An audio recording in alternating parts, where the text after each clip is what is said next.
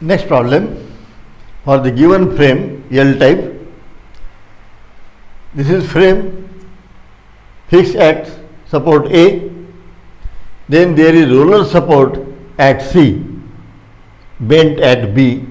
It carries a load 6 kilo Newton at the center of B and C, क्योंकि 1.5 दिया है और ये हाइट है कॉलम की या length 4 metre.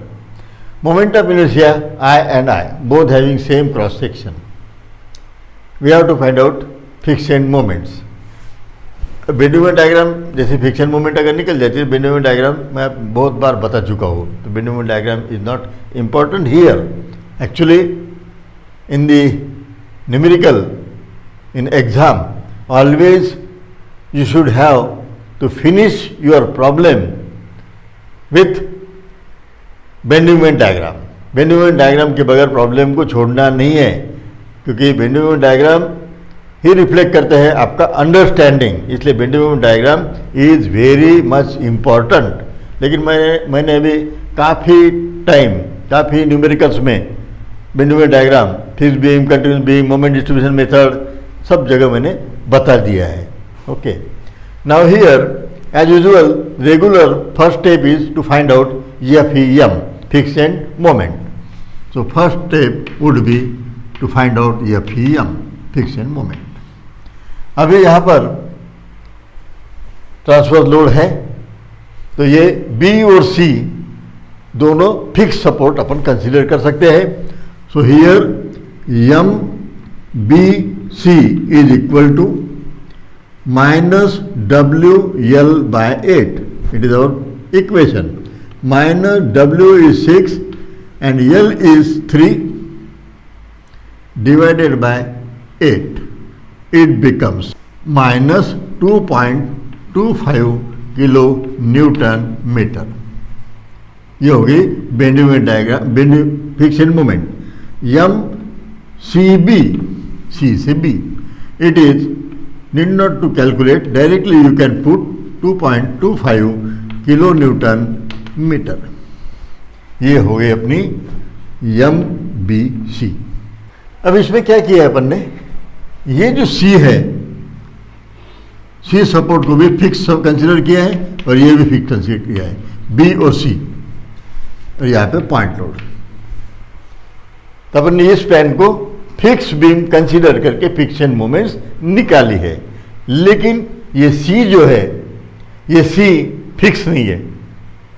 There is roller support, hinge support या सिंपल सपोर्ट, वहाँ पर मोमेंट होती है 0. तो सबसे पहली स्टेप होगी अपनी इस C पॉइंट को रिलीज करना. अभी फिलहाल लॉक करके रखा है, फिक्स करके रखा है, तब जाके फ्रिक्शन मोमेंट आ गई यहाँ पर, है ना. MCB ये वाली, इसको पहले अपन रिलीज करेंगे, देखते हैं बाद में. FEM होने के बाद नेक्स्ट स्टेप है अपनी डिस्ट्रीब्यूशन फैक्टर. डिस्ट्रीब्यूशन फैक्टर में पहले joint A, joint B, members meeting at the joint BA और BC. BA RS बोले तो K I by L simply. BA में A है अपना फिक्स, A अगर फिक्स है तो I by 4.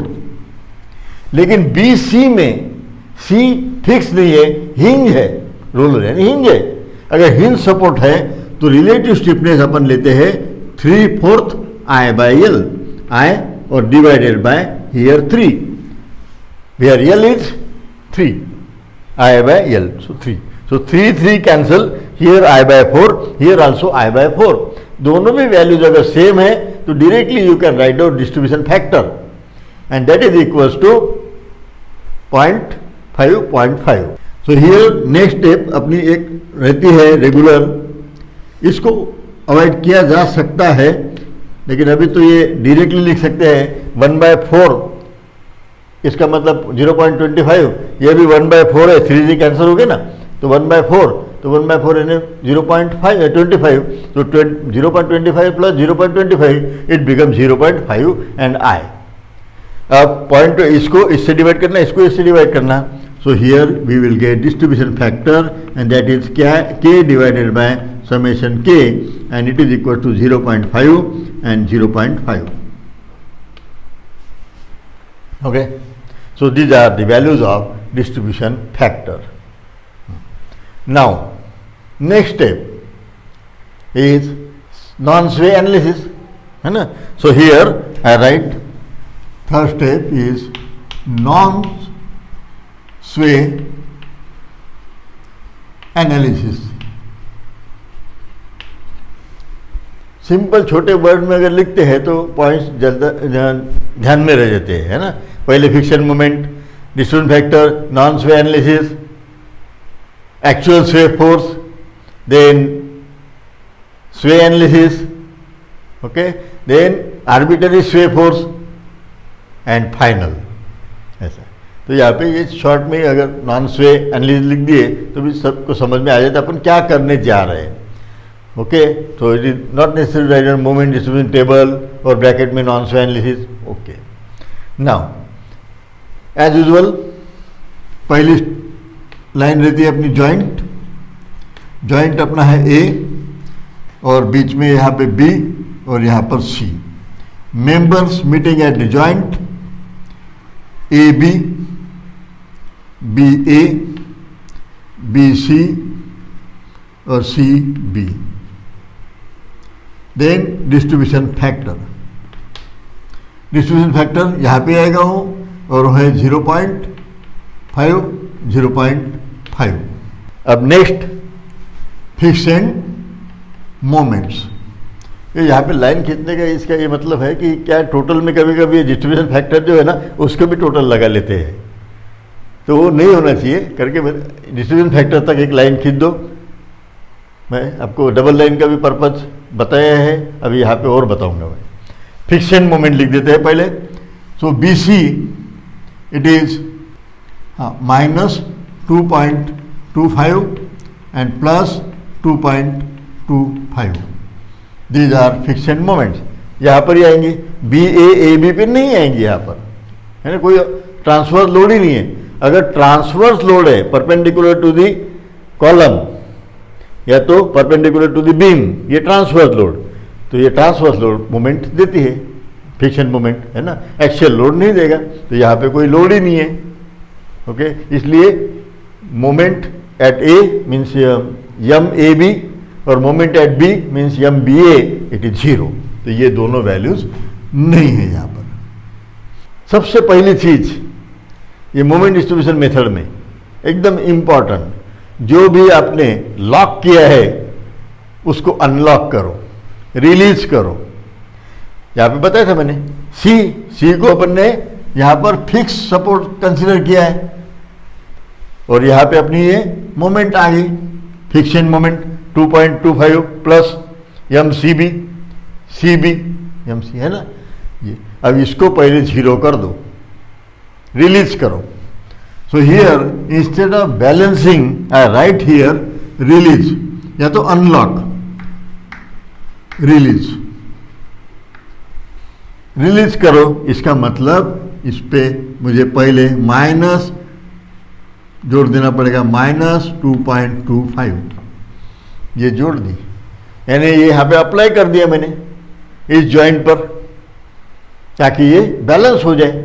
जैसे कोई मोमेंट किसी एंड पर अप्लाई करते हैं तो उसकी आधी मोमेंट आगे ट्रांसफर होती है, कैरी ओवर होती है. सो here next step would be carry over. इस मोमेंट को मुझे इधर में यहाँ अप्लाई किया, ये रिलीज किया है ना, अप्लाई किया, तो इसको मुझे कैरी ओवर करेंगे हाफ. ओके, इट इज -1.125 आगे कैरी ओवर होगी half moment with same sign. और ये इसको बैलेंस करना है तो प्लस है तो नेगेटिव. ओके, अब इसको जोड़ दो. अब जब ये कैरी रिलीज करते हैं तब डबल लाइन निकालने के लिए मैंने आपको शुरू में ही बताया है डबल लाइन, ताकि अब जो भी कैलकुलेशन है इसके नीचे रहेगा. ओके, नहीं तो ये क्या होता है गलती से ऊपर की टर्म भी ऐड की जाती है और आंसर फिर रॉन्ग होता है और फिर कंफ्यूजन बढ़ता है. तो it is better to draw double line here, हाँ, और यहाँ पे मेक करते हैं, बनाते हैं अपन टोटल।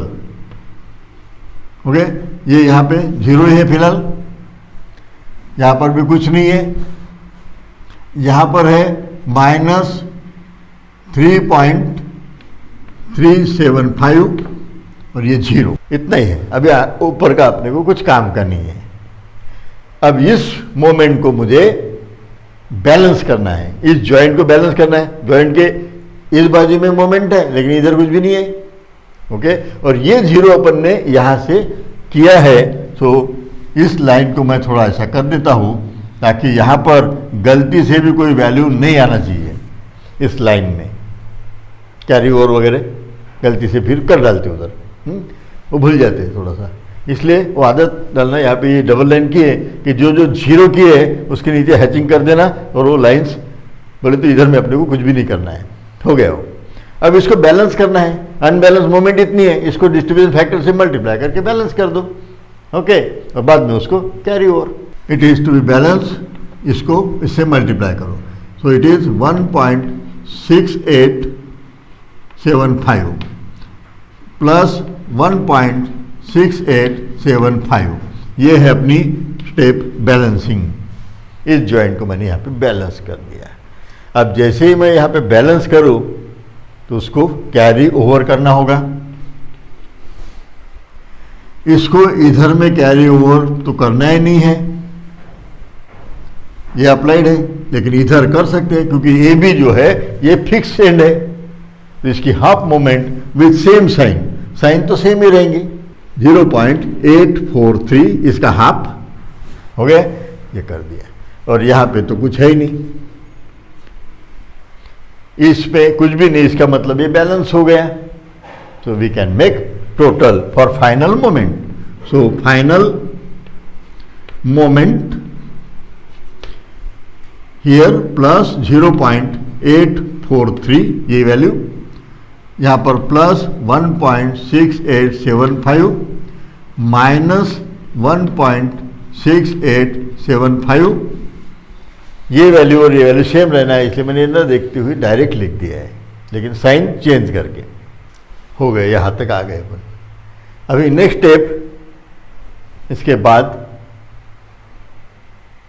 एक्चुअल स्वे, अपनी स्टेप रहेगी वो एक्चुअल स्वे फोर्स।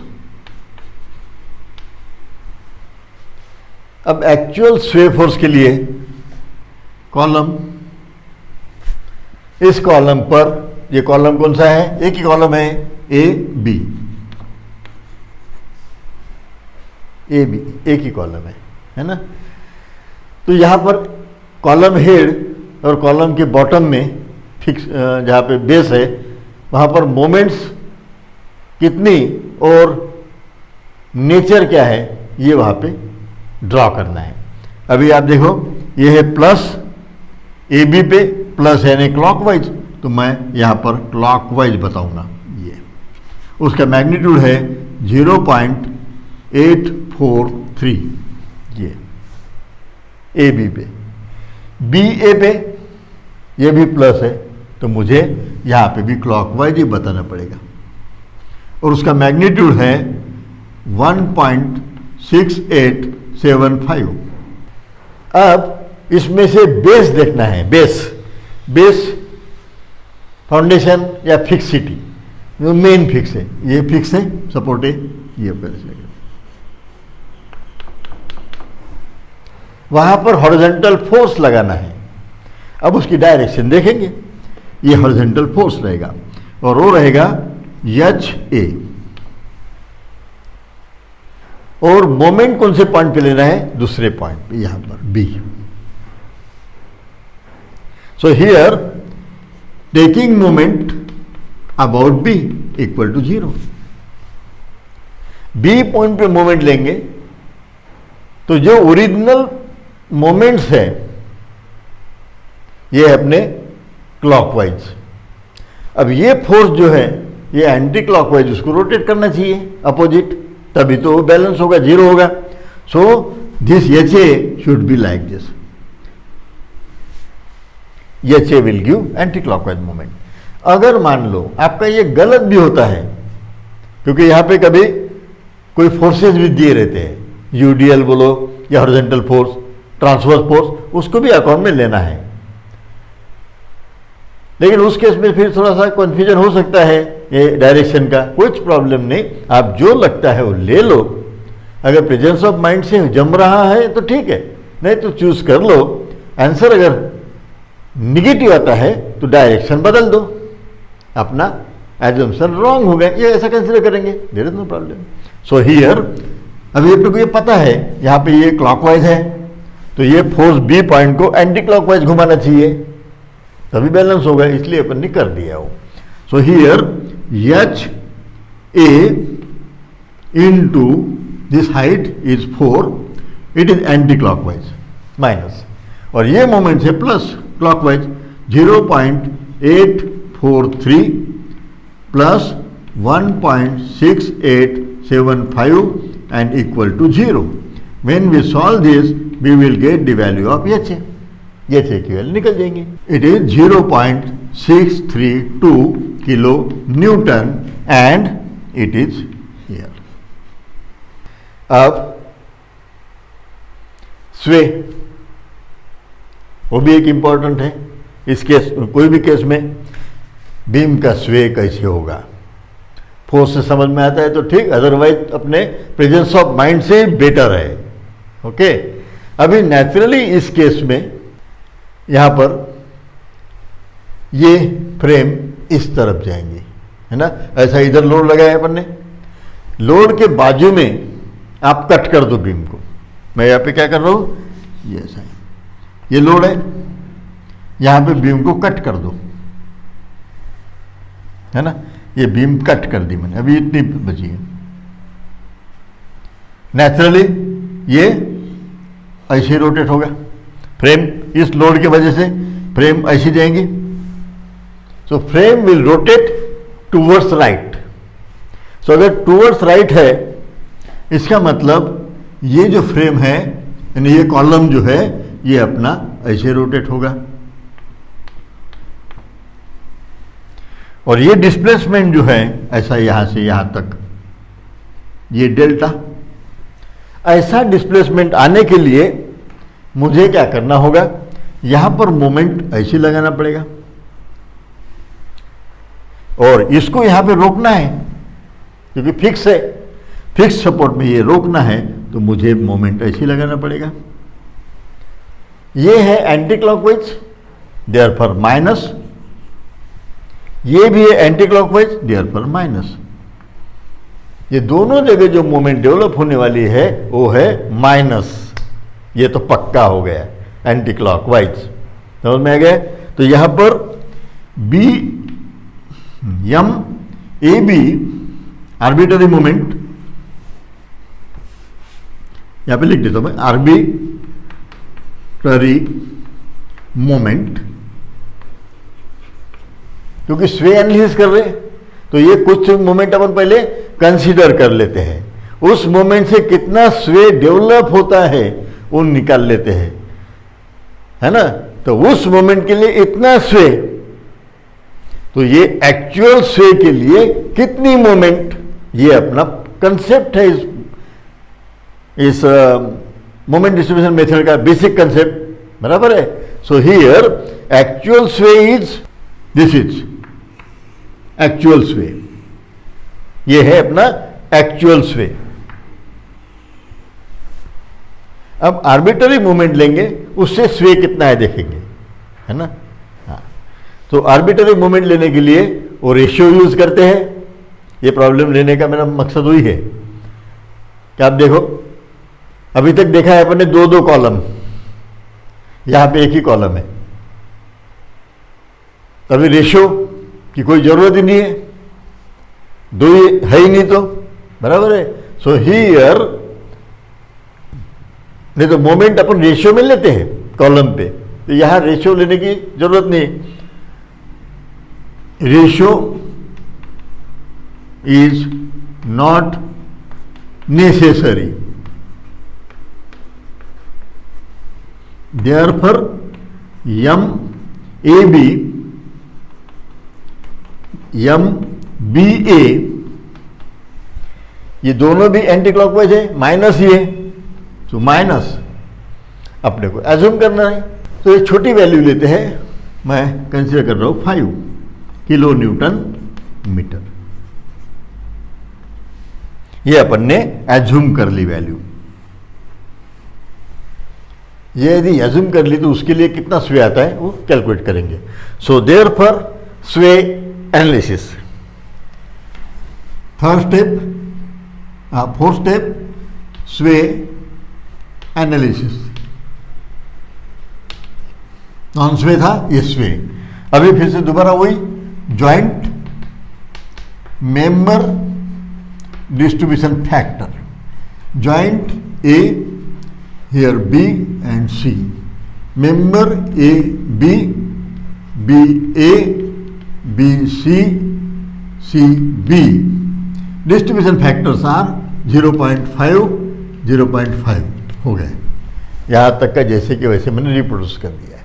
अभी moment M A and B A, it is both -5 and here also -5, और बीच में अपनी ये जॉइंट की line, this is fixed moment.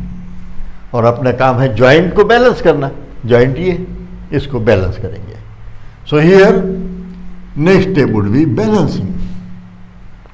Balancing में क्या करना पड़ेगा, ये आधा, ये माइनस है तो प्लस 2.5, यहाँ पे भी प्लस 2.5, ये हो गया बैलेंस। ओके, यहाँ कुछ नहीं है। वैसे भी ये जो है इसको अपने को 0 ही रखना है, CD को। Then next step is carry over. Carry over बोले तो इसको इधर में ये नहीं जाएगा और ये रहेगा 1.25 और प्लस सेम साइन हो गया। Now the steps are over. So ये यहाँ तक लिया है, मैं यहीं पे इसको दी एंड करता हूँ। फाइनल मोमेंट,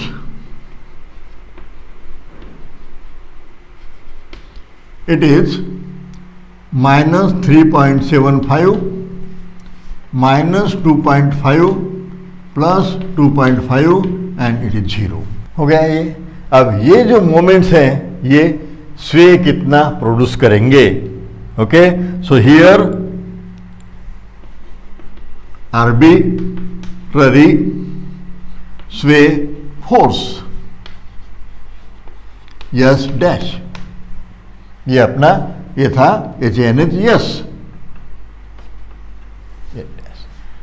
अभी यहां पर फिर से कॉलम, उस कॉलम के दोनों एंड पे फोर्सेस, यहां पर है माइनस बोले तो ये anti clockwise and it is 3.75, ये है एंड ए और दूसरा एंड है बी, और बी एंड पर ये है माइनस, दूसरा भी माइनस ही है तो ये मेरे को माइनस ही देना पड़ेगा, ये है 2.5।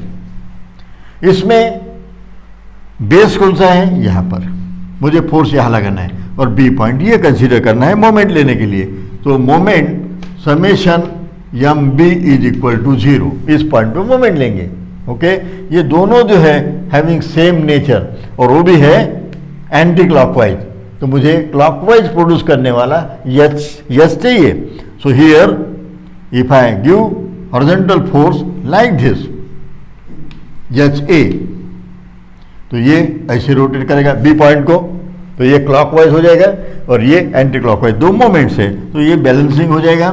सो H A into 4 is equals to 2.9 minus 2.5 minus 3.75 equal to 0. When we solve this, HA is equal to 1.56 kilo newton हो गए। अभी मैं स्वे फैक्टर निकाल लेता हूं। So here this is our S dash and it is equal to 1.56 kilo newton, ये S dash. So sway factor S by S dash, where S is 0.632 and it is divided by 1.56 and it is equal to 0.40।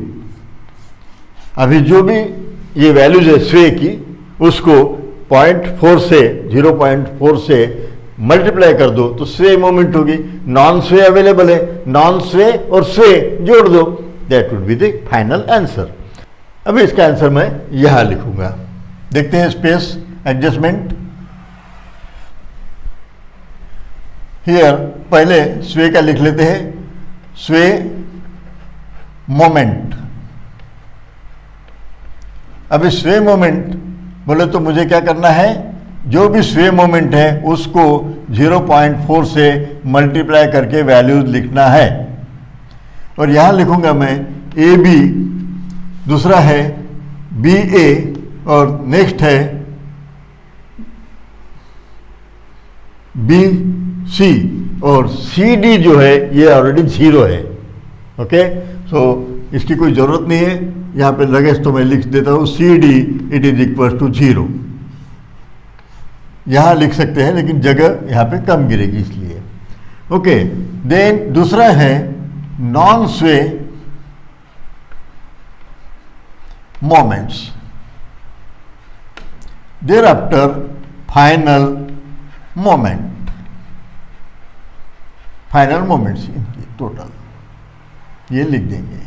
अभी A B स्वे की जो है ये -3.75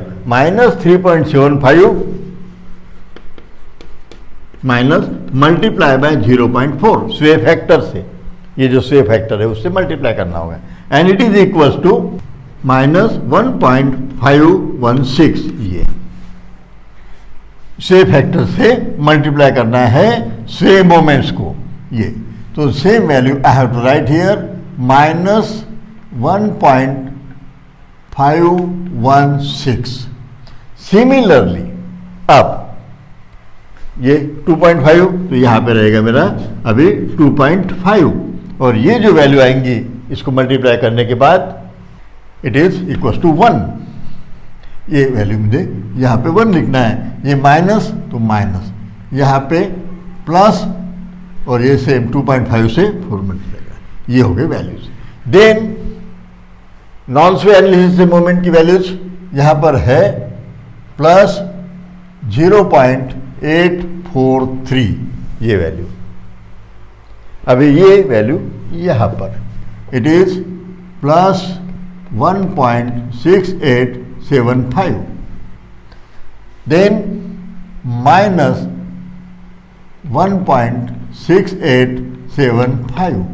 अब इनको जोड़ना है ऊपर से, ये जोड़ना तो आसान है, इसको थोड़ा सा लिख लेंगे, माइनस 0.673 ये plus 0.6875,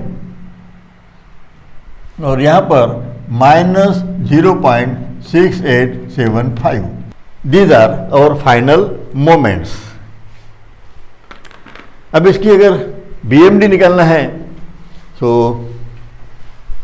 we can plot BMD।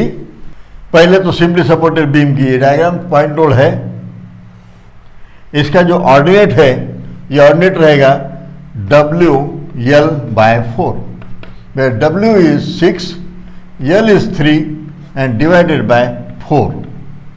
Okay, जो भी वैल्यू आएंगी it is 4.5 kilo newton metre. हो गया, ये हो गया। ये सिंपली सपोर्टेड बीम कंसीडर करके इस फ्रेम का ये जो मेंबर है BC पे मैंने BMD निकाल ली, that is sagging type positive, ये पॉजिटिव होती है। अब फिक्स्ड मोमेंट्स की जो ऑर्डिनेट्स है वो निकालना है, प्लॉट करना है। यहाँ पर मोमेंट कितनी है 0, रोलर सपोर्ट ये 2 पॉइंट्स पे है। अब यहाँ पर इस लाइन को थोड़ा एक्सटेंड कर दो, इस लाइन को एक्सटेंड कर दो, और इधर में ये लाइन एक्सटेंड कर दो, ये लाइन। अब पहले मैं ये ले लेता हूँ ताकि ये बताया है बहुत बार।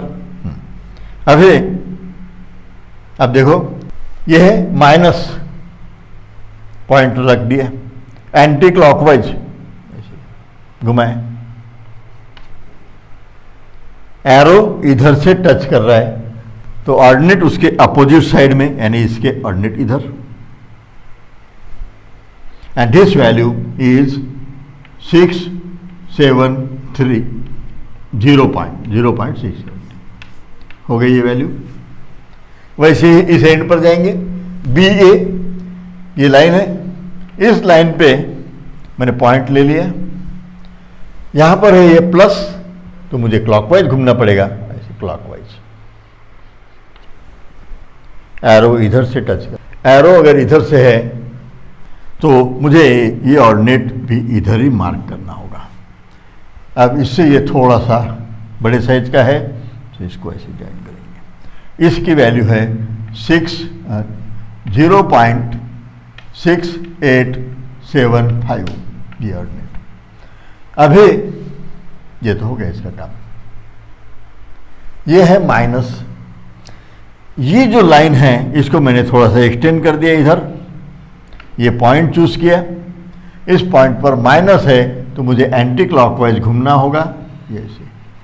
एरो मेरा बॉटम साइड में टच कर रहा है तो ऑर्डिनेट मुझे ऊपर में देना पड़ेगा, ऊपर हो गया। अब ये जो ऑर्डिनेट है ये है 0.6875, ये हो गया, यहाँ पर 0 है, ज्वाइन दिस। तो मैं ये लाइंस जो है, ये लाइंस यहीं पे छोड़ रहा हूँ। आपको एग्जाम पॉइंट ऑफ व्यू आपको ये क्या करना होगा, ये ऐसे बताना है, ओके। ये मेंबर्स और इसके लाइंस ऐसे थोड़ा से एक्सटेंड कर देना है। अब यहाँ पर पॉइंट रख के ये ऐसे मूव हो जाएंगे और ऑर्डिनेट अपना ऊपर रहेगा, बराबर है। अब इस पॉइंट पे पॉइंट लेके एरो ऐसे घुमाना होगा और ऑर्डिनेट अपना इधर रहेगा। इस पॉइंट पर ये एरो मुझे ऐसे घुमाना है और ये ऑर्डिनेट इधर है। तो ये जो रफ वर्क है ये अपना ऐसे साइड में कर देना और यहाँ पे clean figure banana, that would be better. नहीं तो वहीं पे सब एरो वगैरह वो अच्छे नहीं लगते, इसलिए ये चीज़ें सिर्फ अलग से यहाँ पे करना और वो ऑर्डिनेट उधर मार्क करना, दैट वुड बी बेटर, और दिखने में फिगर फिर अच्छी दिखेंगी। बाकी कुछ नहीं आपने किया तो भी सभी जगह वही यूज़ किया जाता है ये कंसेप्ट, तो आपको वैल्यू और पूरे नंबर देगा, लेकिन अपने को ही थोड़ा सा ऐसे लगेगा कि ये फिगर थोड़ी अच्छी नहीं दिख रही करके, ओके। आपको समझ में आना चाहिए, बाद में पढ़ेंगे, तो इसलिए मैंने ये एरोज जो है ये ऐसे ही यहाँ पे छोड़ दिए, मैंने कट नहीं किया और जानबूझ के वैसे ही छोड़ रहा हूँ, ओके। तो मैं आशा करता हूँ कि आपकी स्वे टाइप एनालिसिस जो है इसकी आइडियाज़ अच्छे से क्लियर होगी। एक कॉलम है तो क्या करना, फिर 2 कॉलम का तो प्रॉब्लम ही नहीं है, और सभी वेराइटीज़ कवर हो गई है। अभी ये स्वे का ही फिर अलग से एक एग्जांपल लेंगे कि ये प्रॉब्लम से आपके कंसेप्ट क्लियर हुए होंगे। एक तो लॉकिंग अनलॉकिंग वो तो है अपना रेगुलर है, लेकिन एक ही अगर कॉलम है तो अपने को आर्बिट्ररी मोमेंट क्या लेना है, कैसे लेना है ना। तो ये जो मोमेंट लिए अपन ने एक ही ये, हाँ, यहाँ पे रेशियो नहीं बनता है तो वही, तो अपने को आर्बिट्ररी एज्यूम ही करना है, और एज्यूम करते समय लोअर वैल्यू लेना है, 50 नहीं लेना। फिर ये डिस्ट्रीब्यूशन करते समय अभी यहाँ तो वो ठीक है, लेकिन बाकी जगह जैसे 2 कॉलम और थोड़ा कैरी ओवर बैलेंसिंग ज़्यादा आते हैं तो वहाँ पे अपने को लगता है कि फिर और आगे की साइकिल जाने दो, तो उससे क्या होता है फिर स्टेप्स बढ़ जाती है। तो ये वैल्यूज जो है ये लेते समय 10 के नीचे ले लेने की value, that would be better. 5, 6, 7, 10 के नीचे 1 डिजिट में वैल्यू लेने की और आगे कैलकुलेशन करने की, ओके।